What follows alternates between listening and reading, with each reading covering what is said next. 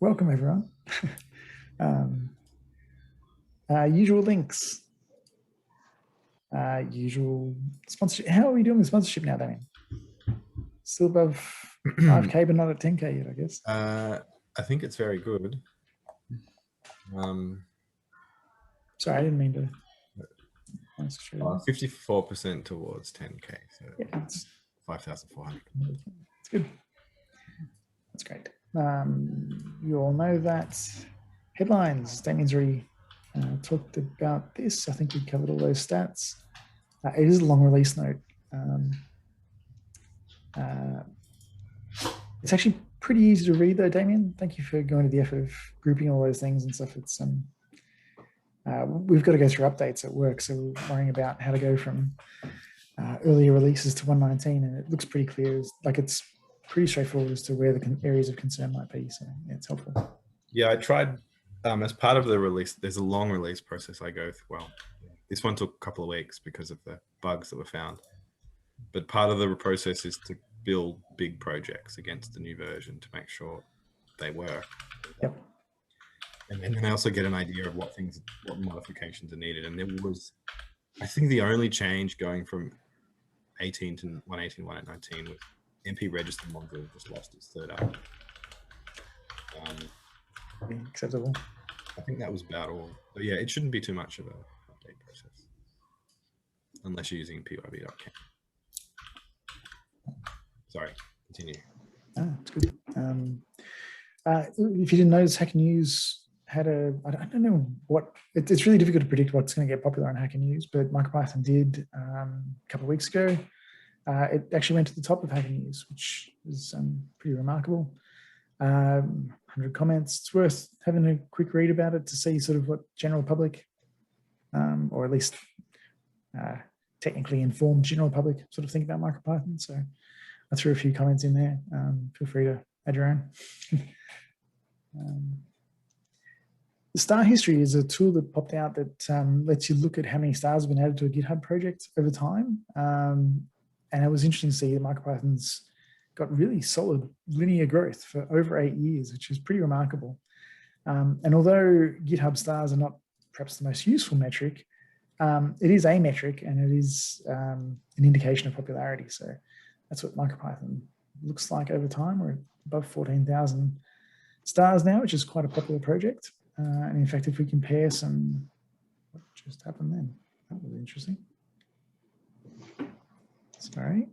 Oh, there's a link. So I thought that I wanted to click it. Sorry, folks. Hang on a tick.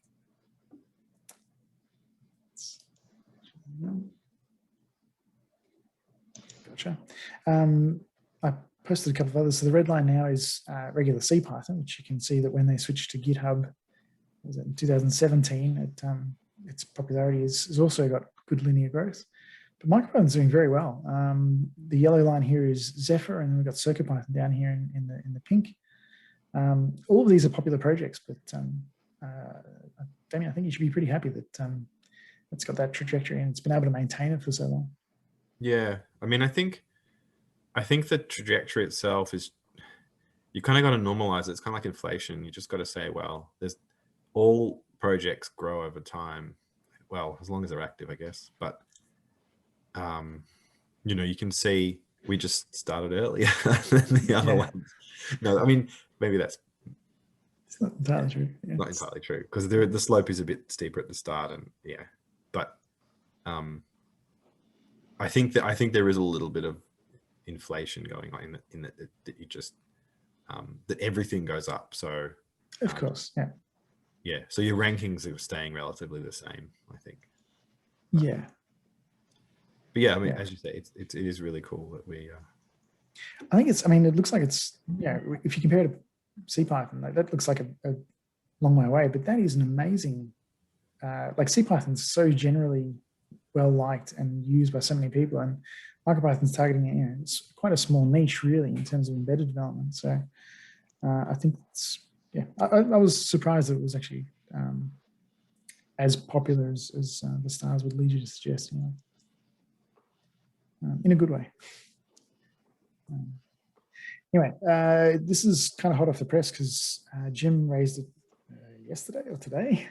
But there's been talk for a long time about moving the Micropython forum from its current PHP BB implementation to something new. Discourse was talked about a long time ago. Andy's excited, bouncing around. And I think it makes more sense now to go to GitHub discussions. There is a discussion on this in one of the issues that I've got linked there. So if you go see 8795, comment on it if you've got strong opinions, especially if you've got something to contribute about features that you do or don't like about PHP BB or GitHub discussions. GitHub discussions is a relatively new feature of GitHub, but there's a lot of benefits to moving to it. In particular, the syntax is much nicer and more friendly for beginners. I would like to do this a year ago, so yes, it'd be great to do. I mean, yeah, I think we should gather some feedback from people though for this. Yeah. I don't want to give an opinion either way, but we can fix the PHP things. Like, I think there's a markdown plugin and that you can use. We can update the look, and although some of the modern features I don't think we can ever get unless PHP BB actually implements them. But I mean, it's hard. I mean, Micropython's been around for more than 9 years now. You know, the forum's been there for that length. Most of that time. So you're thinking in the next 10 years, like, we need something that's going to last 10 years. I mean, you can't expect PHP to forever be maintained and have cool features. And you can't expect anything for forever to be maintained and have good features and so on. So how do you choose something now that's going to last 10 years and be good? It's a hard thing to do. Take some notes. Yes, it is a hard thing to do. And it's some of the trade-offs and some of the things to think about are like, you know, what do we do with the history that's currently in PHP? It's going to be quite an effort if we choose to migrate it. Yeah. I'm kind of, as I've said in the ticket, I'm okay to make it read-only and so it's searchable, but and we've got the same issues with the wiki, right? Like, we've got the 3 wikis in place at the moment, and well, 2 are read-only. 2 are read-only, 3, yeah, exactly. And even like MediaWiki was the right choice at the time, or I think it still probably is the right choice, but it also uses awkward markup, and I wouldn't be surprised if something more modern, and better was implemented. Yeah, well, the important thing there is the data and itself, the information. Yeah. Yeah, that's what some people have raised. It's how can we scrape GitHub discussions if we want to move from that. Yep. It'd be good if it was a repository that just made. Well, we can go to Fossil if you like, and then just drop Git. And anyway, that's another discussion. Have the discussion in that issue or on the forum. Yeah, go have a chat there. PDB for Micropython, Andrew's already talked about this, but the 2 tickets are listed here for reference. Most of the changes are in Micropython lib, as Andrew said, but there are a few changes in Micropython as well. So there's 2 tickets, one in each of the repositories. I've also got here some U-request improvements, which came on the back of a comment from, I think Alistair's a Raspberry Pi developer, or at least he works on the Raspberry Pi in some capacity, where he made the point that U-requests in Micropython didn't have basic auth. And it kind of triggered a whole spate of investigation into what other features have we got here that people have either implemented or need, or most of this has come from sort of pulling together PRs and other work that's gone into various ports of view requests. So Andrew's done all the heavy lifting here, but I've tried to test as much as I could. Thanks. Alistair does work for Raspberry Pi.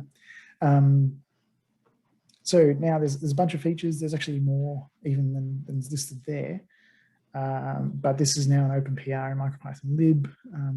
Damien, Andrew, and I will continue to push that forward. But I think it's kind of overdue to get a better implementation of view requests. During that session that Andrew Rowley and I had, I also took the opportunity to update the Docker Hub. So there's 119 Docker now. Sorry, I should clarify. There's a Unix container. There's a Unix build of MicroPython now that represents the 1.19 build. It's also tagged with latest as well. And there's also a build MicroPython Unix, which is basically just an alternative tag to the GCC, the appropriate GCC build, so we can build Unix in a container. These are still kind of my personal project at the moment, so I've called them semi-official because they are in the MicroPython Docker hub, but we haven't documented them at all yet. So I'm thinking about doing some of that. It just depends if I should spend the time on that or other things. I use these every day, so if other people are using Docker or used to using Docker, they'll probably find them useful. Yeah, curious if people feel strongly about using Docker or not using Docker in this case. Push the 1.19.1 to the Unix one? Or did you not do it? I know it's not there. I should just tag 1.19 with 1.19.1 as well, because for Unix it doesn't make a difference. Yep. Yeah. But yeah, I did, when I wrote this down, I was like, oh yeah, I've got to build for 1.19.1. And I was like, I don't actually have to. It's okay. Yeah, let me know if if these are useful. Matt's new hardware, right? Okay, so we talked about this thing last month, I think, which is the little RP2040 with a little tiny little LCD. That makes it look really large, but it's not. It's really small. But yeah, I posted on Twitter this because I just dropped the regular RP2040 build. This is just for the Pico on it, and the LCD just worked really easily. It was great. You'll notice there's a couple of lines here. That's because it was originally listed as a 70 by 42 display, but it's actually 72 by 42. So once I got the resolution right, it cleaned up just fine. It's a neat little board. Yeah, really cool. I also got the Lugo T Relay. This is just a 4 relay board. I'm not sure what I'm going to do with this one yet. It's just that I've used these in the past. They've been handy for like testing systems. You can just power things on and off easily. This thing's just neat. It's got an ESP32, tons of flash and memory. Got a breakout header here if you need to do any other I/O. These things can allegedly switch 240 volts. Not that I would recommend you play with line voltage. Yeah, neat little board. They're also available in an 8 by relay as well for double the price basically, so a little less than double.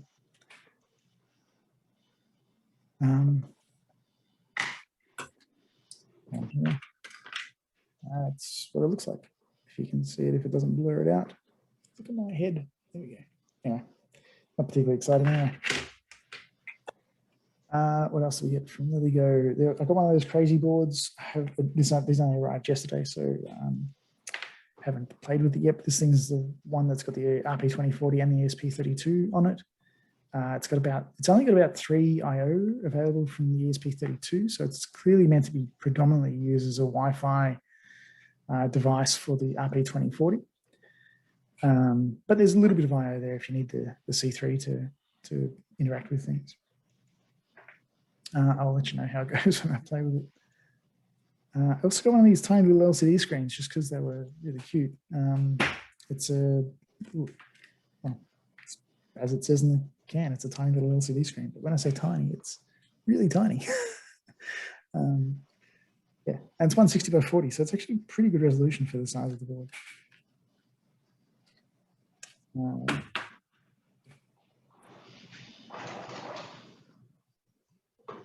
Okay, so new stuff. Pomeranian have got a couple of new things out. They've been churning things out at a pretty rapid clip lately. The Tufte 2040 is it's a color LCD equivalent of their Badger. So the Badger's here. If you remember that one, it's an e-ink display, which many people loved, but a lot of people wanted something color. So this is designed to fill in that little niche as well. So it's meant to be designed as a badge.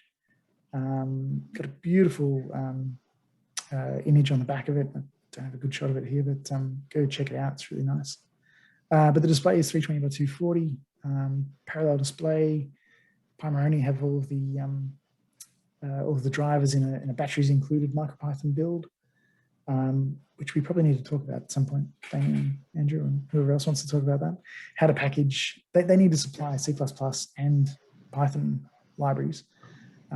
So they're effectively doing C++ with Python wrappers, but it kind of pushes them into doing this batteries included release. So it'd be nice if we can get some of that stuff upstream somehow, but how is the trick. So perhaps we'll talk about that another time, but yeah. It looks like a really nice board, this one. They also released the Moto 2040, which is kind of like their Servo 2040 in the sense that it's designed to control things that move about. This one's for DC motors. It's got 2 dual H bridges in it, so you can drive up to 4 motors. It's got some LEDs to show the direction, and it's got current limiting, and it's got an RP2040 on board. Like, sorry, I didn't mention that with the Tufte. That's actually got the RP2040 on the back of it as well. It's a standalone little board, really nicely designed, again, with libraries to support Micropython use. I think Pomerania are kicking goals here. I mean, all these boards are really nice. They're quite affordable, doing some great work. NXP, just to change topics, NXP announced the new range of MCX microcontrollers. Just thought it was worth mentioning here. It's really clear. Well, we'll see when it gets actually released, but it seems like a really clear separation of goals. They've got sort of the market sort of tagged here. So ultra low power, a wireless solution with Bluetooth, the generic sort of boards, and then some stuff with like ML acceleration, that kind of stuff. So all of them are Cortex M33, but quite different in their capabilities.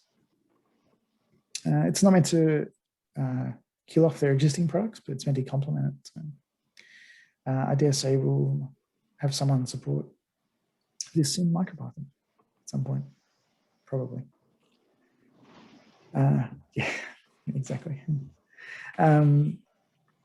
The M5 6C+, so M5 Stack have put out another Bala. I think this is their, I want to say 4th, but it might be 3rd or 4th effort about doing a self-balancing robot.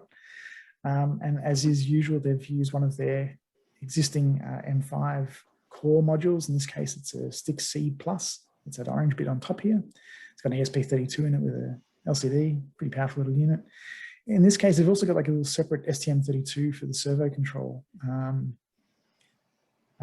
somewhere behind there. So the way it works is the ESP32 just sends some I2C commands to control the motors. And then somewhere on the back here, there's also an accelerometer. The neat thing about this one is that they've got UI flow, which we've talked about before, but it's basically like a web interface to do block-based sort of development for the M5 Stack range. But they've got UI flow support for this now, so you can sort of just drop a Bala in there and it will upload the appropriate software to just balance. So that looks pretty good.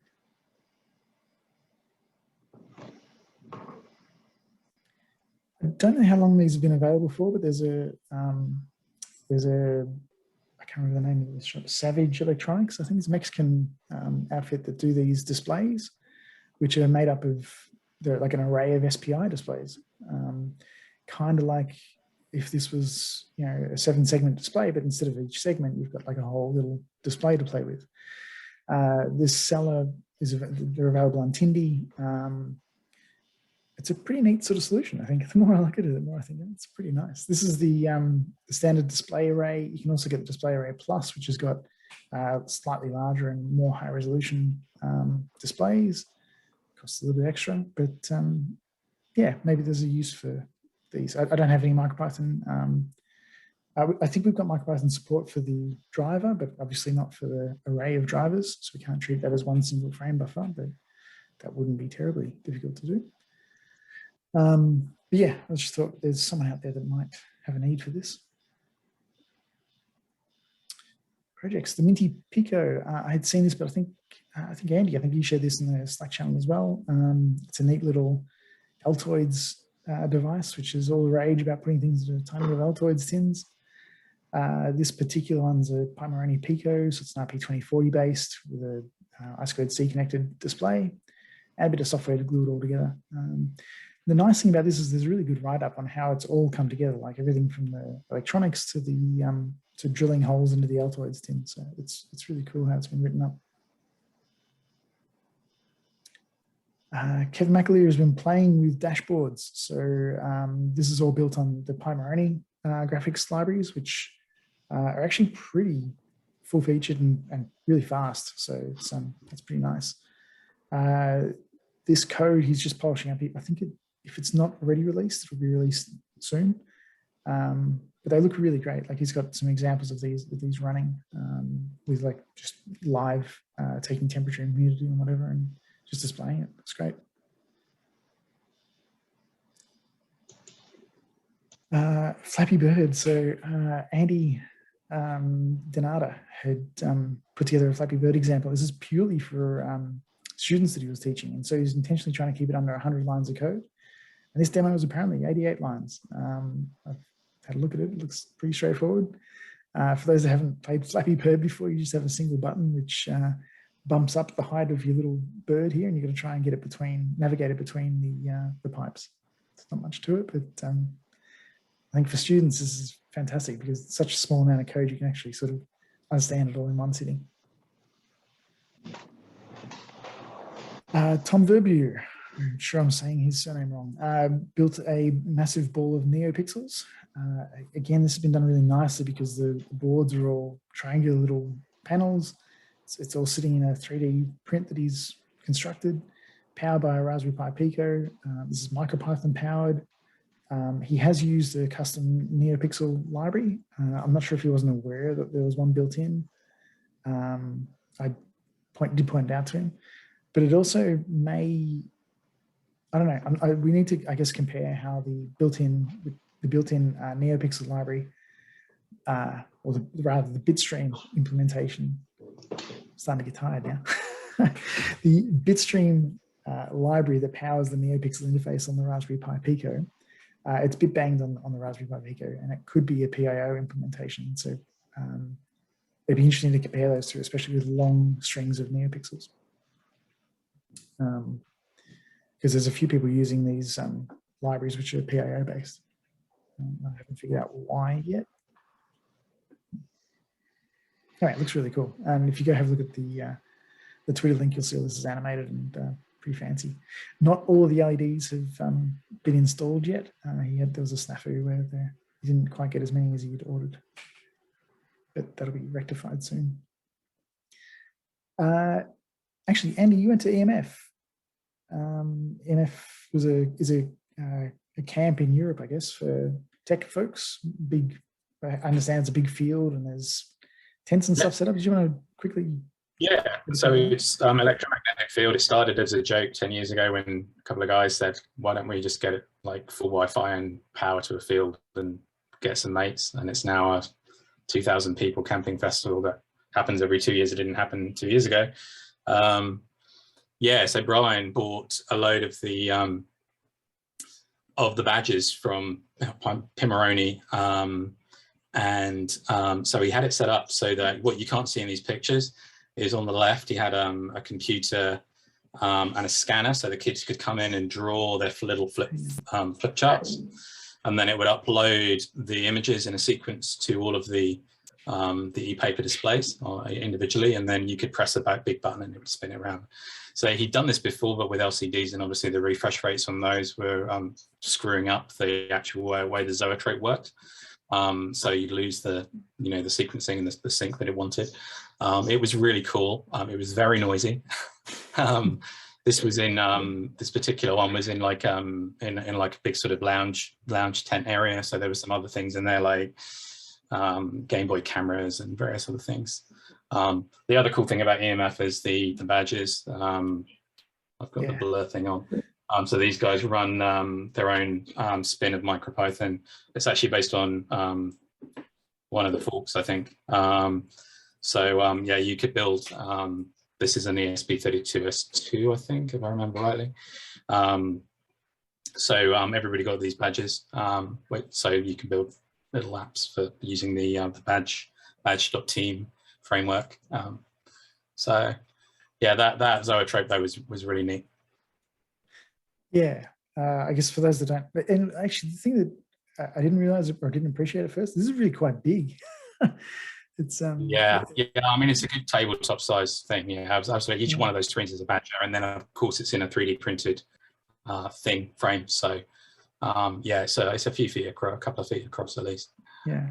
For those that haven't seen a zoetrope before, or a zoetrope before, is the way it works is this thing spins, and each of these are like a frame of an animation, and you look through the slit as it's spinning, and you can sort of your eye kind of blurs the images together, so it looks like it's moving. It's like a old school form of a TV. But yeah, it was a really neat implementation. I meant to talk about the NF badge as well, but I haven't had a chance to dig into it very much. So maybe next time.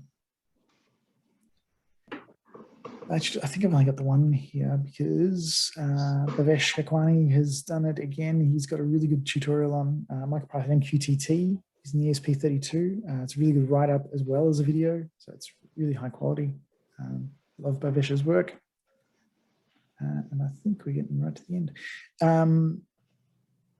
The only thing I actually wanted to point out too was you've got to go have a look at the Elias's Abiquiu synth. If you haven't seen it, this is designed to make music, and it's MIDI compatible. This is not MicroPython, but it's kind of inspiring me to think about different ways we could generate music with MicroPython.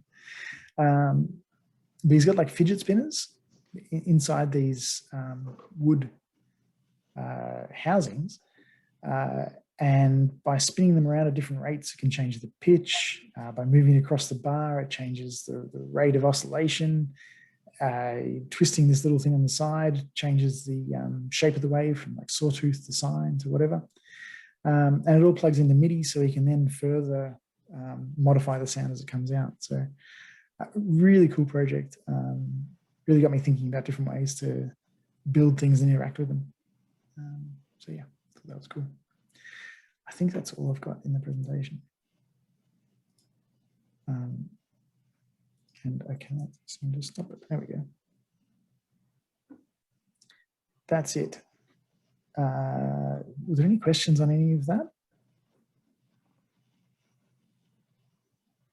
Good.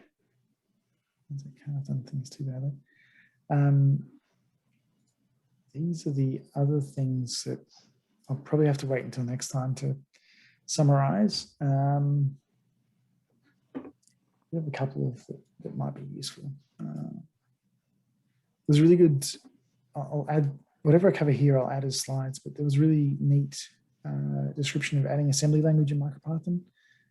Some of you folks might be interested in this, so I thought it might be useful. There was also a lecturer seemed to be getting into MicroPython tutorials a little more. I've seen a number of things from them.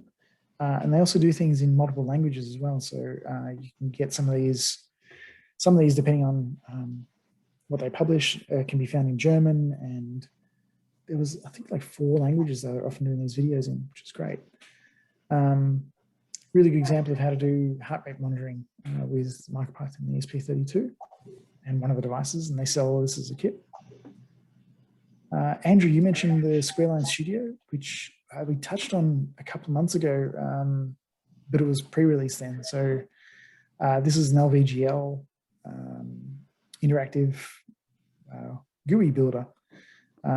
Professional, I don't know what kind of, I haven't looked at it much. Andrew's only published the link today. So but yeah, it's designed to build you LVGL UIs, which is quite neat. Yeah, maybe we'll look at that in between. We'll talk about it next month. The CircuitPython show, I don't know if we covered, I don't think we covered this in the past, but it's a podcast that covers CircuitPython, but a lot of the people, it's basically an interview style show. So people get interviewed. The host is Paul Cutler from memory. Hopefully his surname right. It's Paul anyway. Really good sort of well-paced sort of podcast, digs into some of the things that people have been building. But I think the guests he's chosen make it interesting, even for us MicroPython people. And talking about music stuff, Axwax, I can't remember this guy's real name. Doesn't have it. Is also doing some pretty amazing stuff with MicroPython and MIDI. So yeah, go check that out as well. There's a video where he's feeding the output of his keyboard into MicroPython to Raspberry Pi Pico, which then further changes. It's detecting like how hard the key's been pressed and uses that to modulate the signal in the output. Pretty neat stuff. And I think I'll stop there before my voice breaks.